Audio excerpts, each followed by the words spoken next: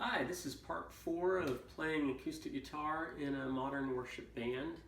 We're going to be looking at This Is Amazing Grace. And this song, we're going to play it in the key of A, which is a more singable key for most congregations.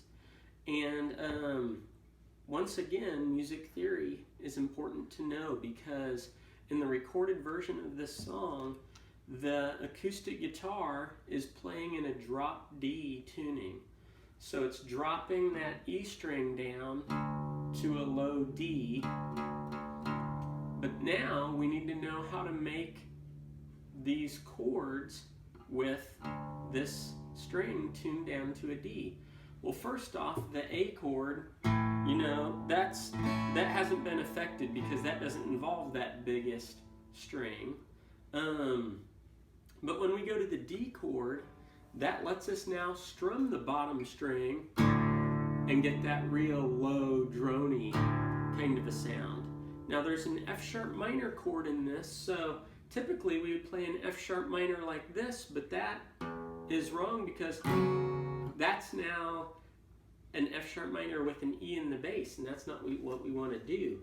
So we would need to know the notes that make up an F sharp minor 7, for example, is the same thing as like playing an E or an A with an F sharp in the bass. So that's what we're going to do. We're going to play an A with an F sharp in the bass. But instead of that F sharp in the bass being here, it's going to be up here because of that drop D tuning. So that means we'll need to play an F sharp minor 7 chord like this. And also for our E chord, instead of just being able to strum this open, wait a minute, now there's that D note in there. So I'll need to move a finger over and cover that one at the 2nd fret to make it an E. Except that voicing of the chord doesn't sound right because the acoustic guitarist in this uses more open voicings. So instead of the G sharp note is part of the E chord, we're going to leave that out. We're just going to play an E that doesn't have a G sharp note in it. It only has an E note and a B note. So that'd be an E no 3 because the G sharp is the 3rd. So instead of playing this string, the G string here, we're going to play it up here. So that instead of a G sharp note, we're playing a B note. And that gives that E chord more of an open sound than this kind of an E chord. And again, in the context of the whole song, that open sound leaves more room for the other instruments to do their thing. So you'll also notice in the intro to this song, the acoustic guitar isn't playing. And that's okay, because as worship leaders, the acoustic guitarist, if you're not playing, you could always be like, clapping your hands in this part to help lead the congregation in praise through clapping your hands or something like that.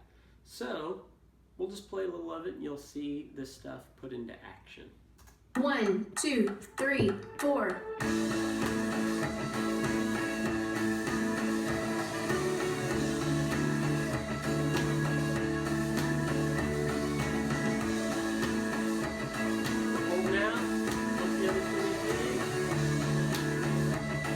Now we'll start in right here on the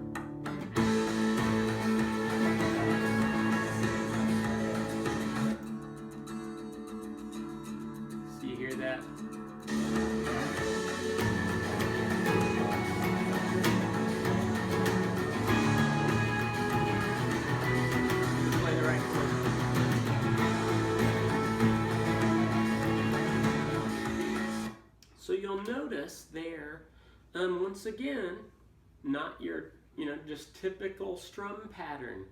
It was going with the groove of the song. And since the groove of the song, like the hi-hat, was going, that's why we copied that with our strum pattern with just a quick back and forth. The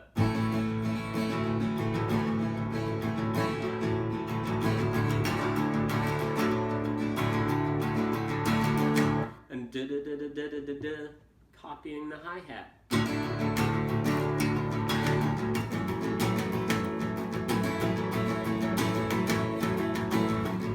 And so on and so forth. So once again, groove is a huge part of playing acoustic guitar, because the electric guitarists, they're often, doing like big power chords or doing some kind of a lead part,